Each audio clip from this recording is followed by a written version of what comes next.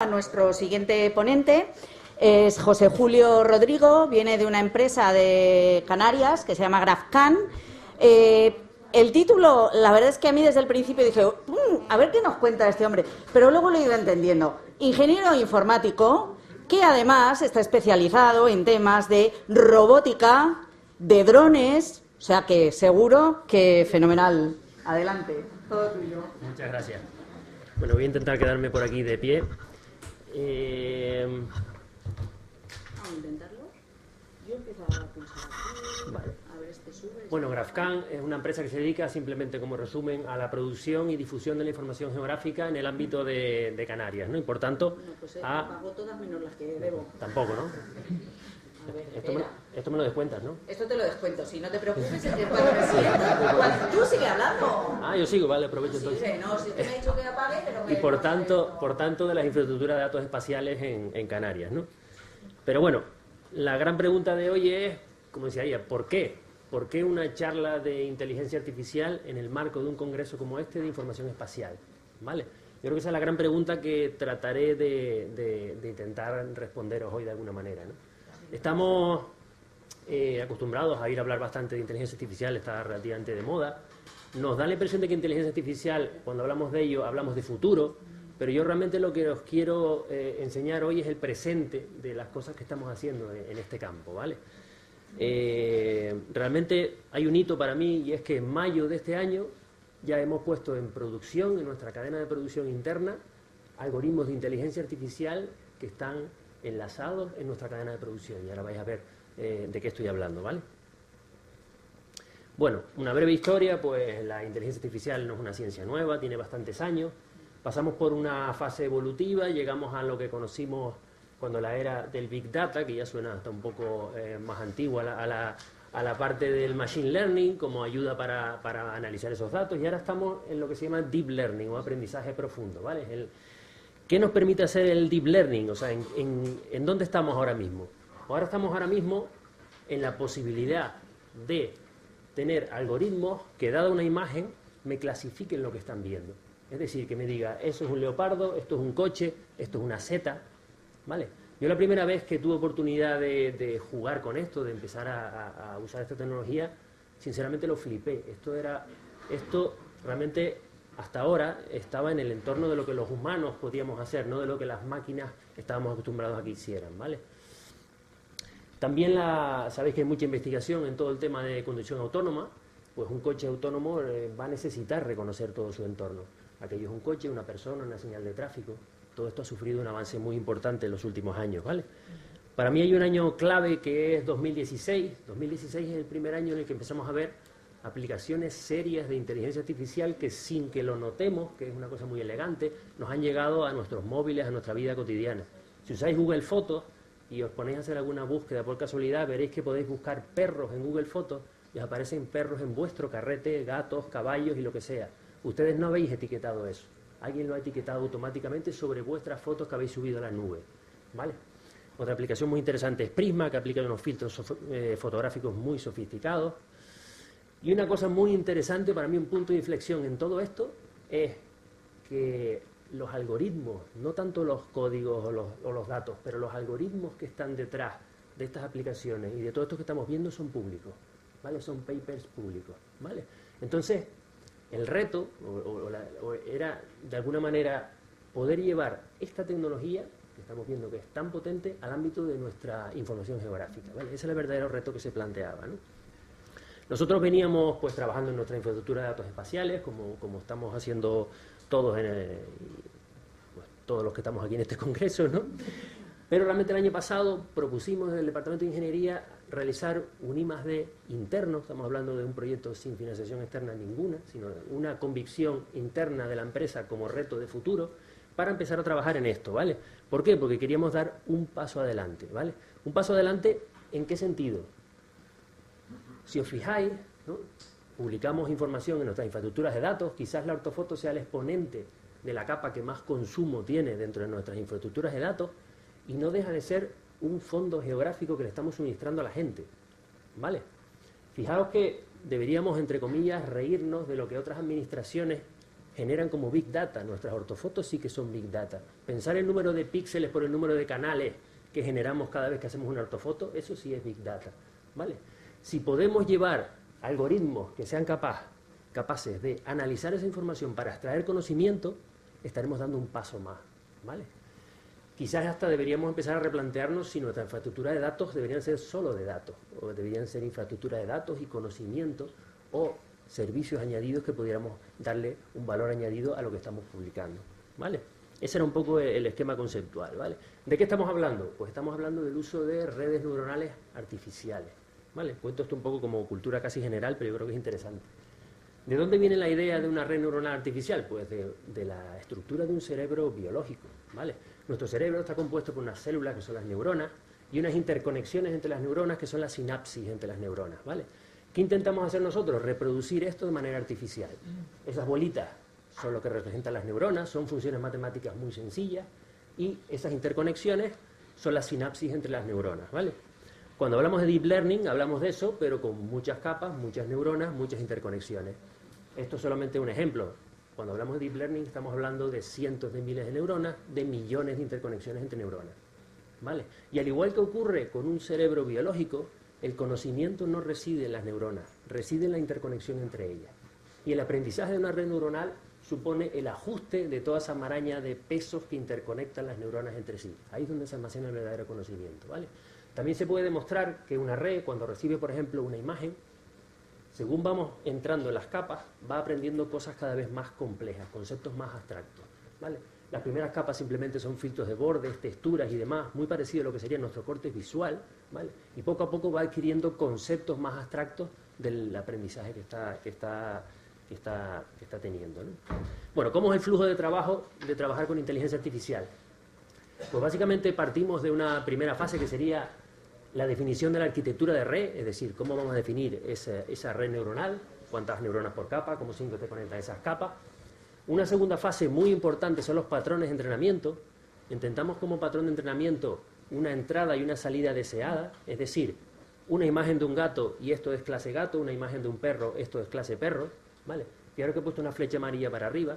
Cuando entrenamos redes necesitamos cientos de miles de patrones de ejemplo, ¿vale? Incluso redes como la que viste antes usan normalmente datasets de millones de imágenes de entrada, ¿vale?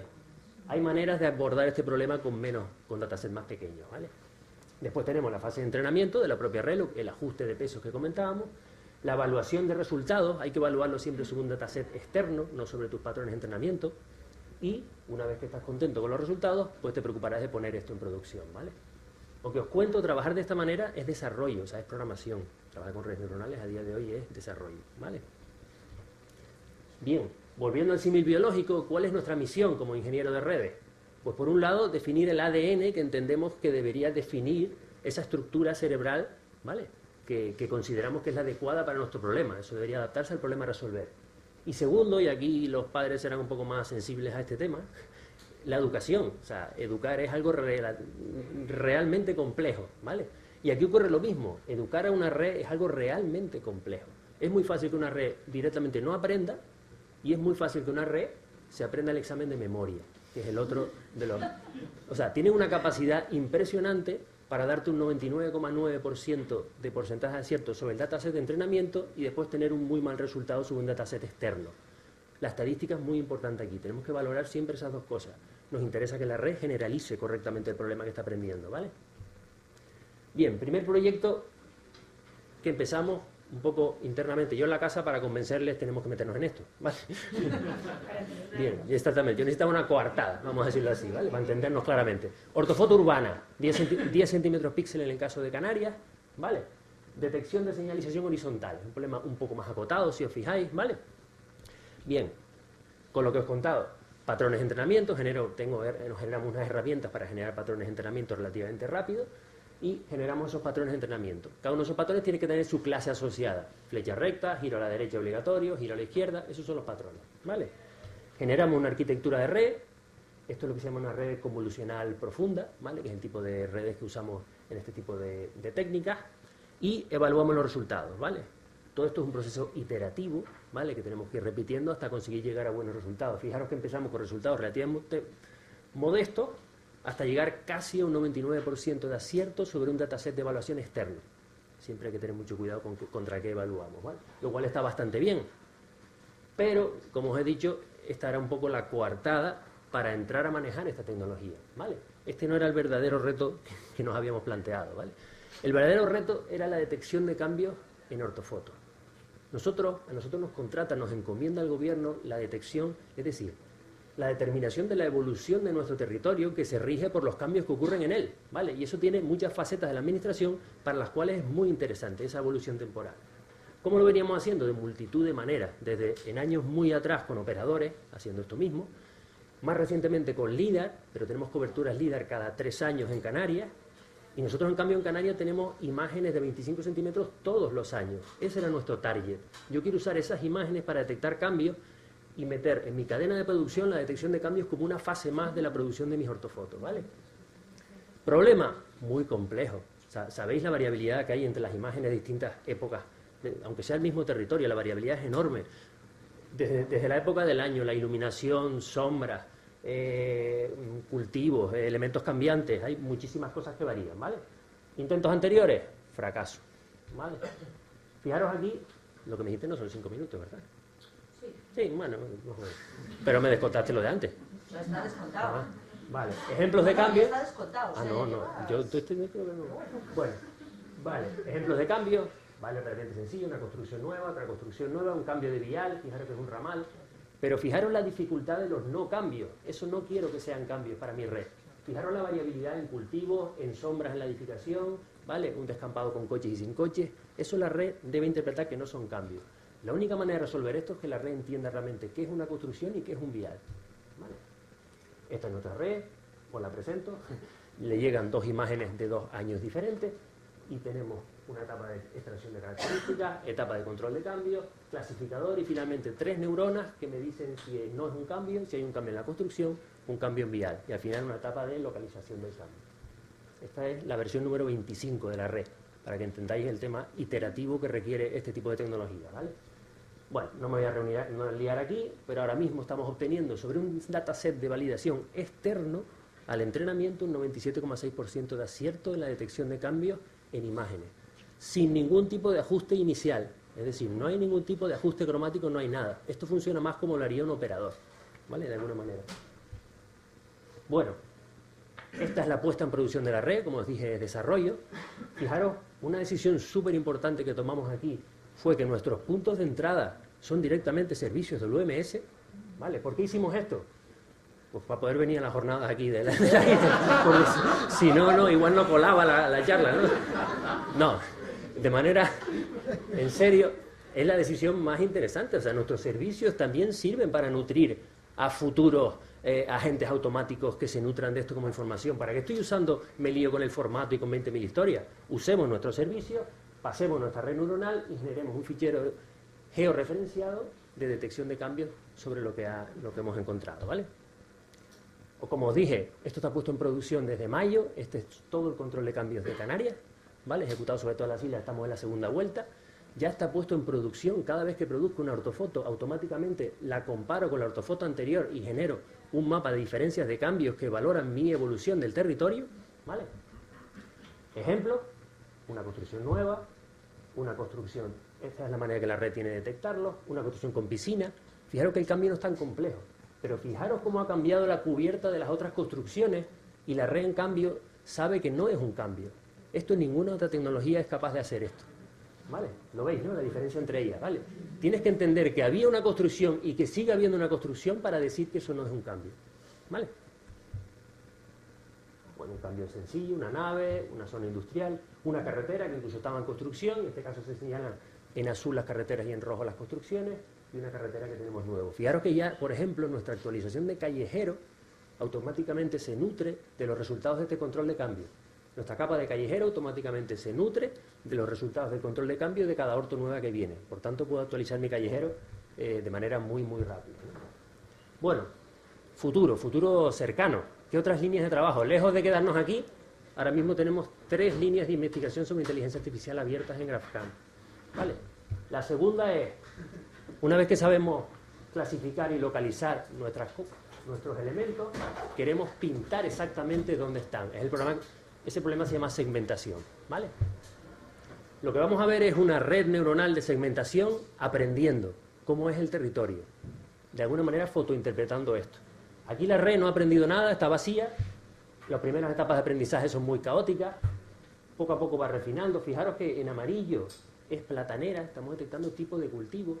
El verde aquel medio grisáceo es invernadero, los viales son grises, todavía es un poco caótico. Empieza a aparecerle una mancha azul que es el estanque. Según va aprendiendo, fijaros cómo crece el estanque con el concepto de objeto. No son píxeles sueltos de agua, es un objeto estanque lo que está creciendo en la red, ¿vale? Según seguimos entrenando, se va limpiando hasta el punto de que tenemos prácticamente una imagen fiel de lo que... Incluso esto son unas palmeras, aquí no se aprecia, y finalmente acaba limpiando y dándose cuenta que eso no son plataneras y limpia las palmeras, ¿vale? Con lo cual, la potencia de esta tecnología, pues como veis, es muy importante. ¿Y esto sobre un conjunto grande de territorio? Pues es sobre una imagen. Fijaros que esto es imagen RGB, no tiene infrarrojo, no tengo LIDAR, no tengo nada. Estoy analizando únicamente imagen RGB de un servicio del UMS. Ese es el resultado, ¿vale? Voy bien. Vale. Un poquito más cerca, veis los invernaderos ahí, la platanera. Se puede ver incluso la estructura interna de caminos dentro de las plataneras, cómo está definida. Fijaros el entorno urbano que más o menos se define correctamente, ¿vale? Desde mi punto de vista, es la primera vez que veo una máquina fotointerpretando de verdad con el concepto que tengo yo de fotointerpretar, que es pintar algo sobre una imagen en este caso, ¿no? Bueno, esto es otro ejemplo para Consejería de Medio Ambiente. Esto es un mapa de hábitats hecho enteramente con inteligencia artificial. Ese es el resultado del mapa de hábitats de la isla de Tenerife, ¿vale? Y última línea de trabajo, que ya comenté que eran 3, la sacamos la semana pasada esta noticia: mejora la resolución de imágenes. Esto parece un problema que tenemos, dice, bueno, pues te vas a Photoshop, le haces una interpolación bicúbica y estamos ya listos, ¿no? Realmente la inteligencia artificial aplicada a la mejora de imágenes funciona mucho mejor que cualquier técnica de interpolación clásica. En Canarias ya publicamos la semana pasada nuestra primera cobertura Sentinel a 5 metros píxel. Es decir, hemos cogido el Sentinel, que sabéis que está a 10 metros píxel de materia nativa, lo hemos transformado a 5 metros píxel mediante las técnicas de Super Resolution, que es una técnica de inteligencia artificial, y ese es el resultado. Además, está publicado en la IDE, lo podéis ver ustedes mismos con doble ventana, compararlo y jugar con esto, ¿vale?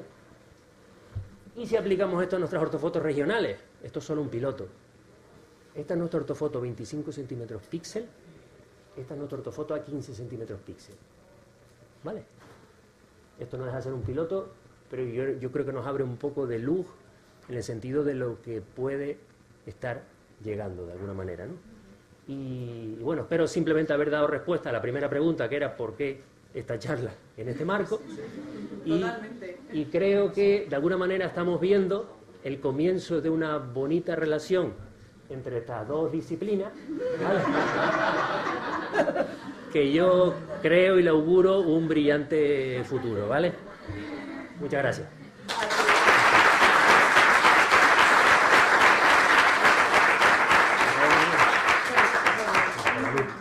Para la luz, pero bueno, no importa. Yo creo que lo mismo que antes valía la pena, ¿verdad?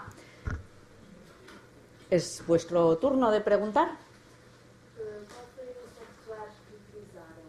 El software es un desarrollo propio. O sea, usamos frameworks, que son piezas de software, en este caso un framework de Google, para trabajar con el entrenamiento de las redes, pero toda la cadena de software es nuestra, es un desarrollo propio, ¿vale? A ver, vamos a ver. Voy a empezar por aquí abajo, que habéis levantado los 3 a la vez. 3 preguntas, sí. Sí, sí, por favor. Substituíram alguém que fazia estes trabalhos já com esta técnica? Não ia dizer que a inteligência artificial vai tirar os nossos trabalhos todos, só que isso existe já. Les vamos a despedir a todos los recursos humanos. Si miras mucho, hay mucha controversia sobre ese tema en concreto, ¿vale? Nuestro caso, esto es algo que no veníamos haciendo y ahora empezamos a hacer. No es un buen caso de destrucción, en este caso al revés. Tenemos contratado a un operador que revisa los cambios, porque precisamente este sistema se realimenta y la revisión de los cambios por operador me permite mejorar mi sistema. No es un buen ejemplo de destrucción, pero el futuro debemos contemplarlo con cierto cuidado.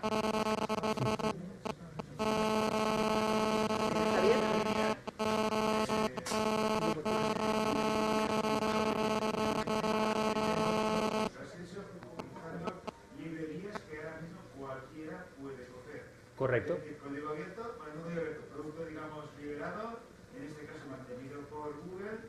Son empresas que, por ejemplo, pensemos ahora mismo lo que están diciendo ya no solo Google.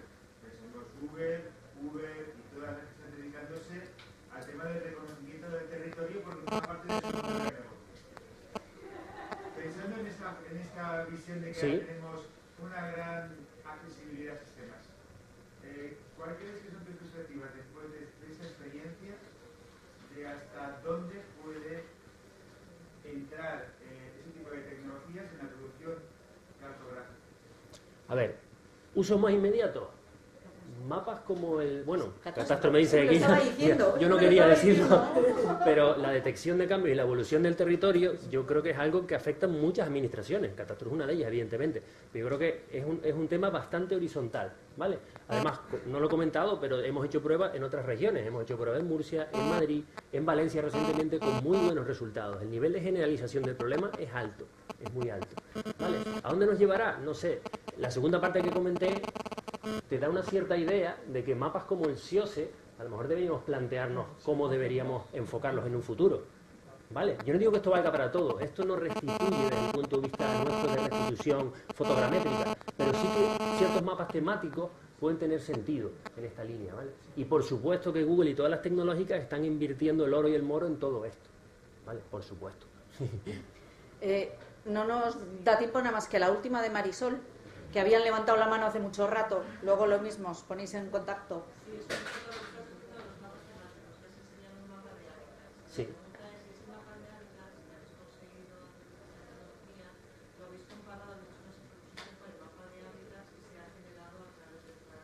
El problema es que en el caso del mapa de hábitats partíamos de un ground truth, o sea, de una verdad de mapa de hábitats que era bastante desfasada. Entonces no teníamos una buena capacidad de comparación. Pero los técnicos nos dicen que los resultados son bastante buenos.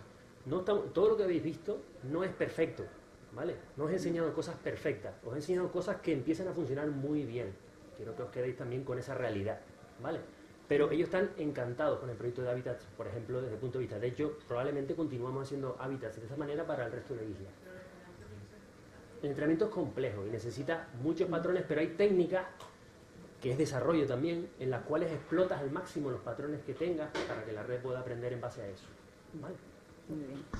Muchísimas gracias. Gracias. Yo lo único que voy a decir es que hay otra iniciativa que me chocó porque en estos últimos 2 meses salió también en el blog de la IDE, y puesto que tenemos también aquí a la representante de IDE Rioja, han hecho algún trabajo de Deep Learning y a mí me gustaría que trabajarais juntos también. Estuvimos hablando, que lo Por sepas, eso. en el anterior Coffee Break. Perfecto. Estuvimos hablando y poniéndonos en contacto, ¿vale? Muchas gracias. De acuerdo. Pues pasamos, si os parece,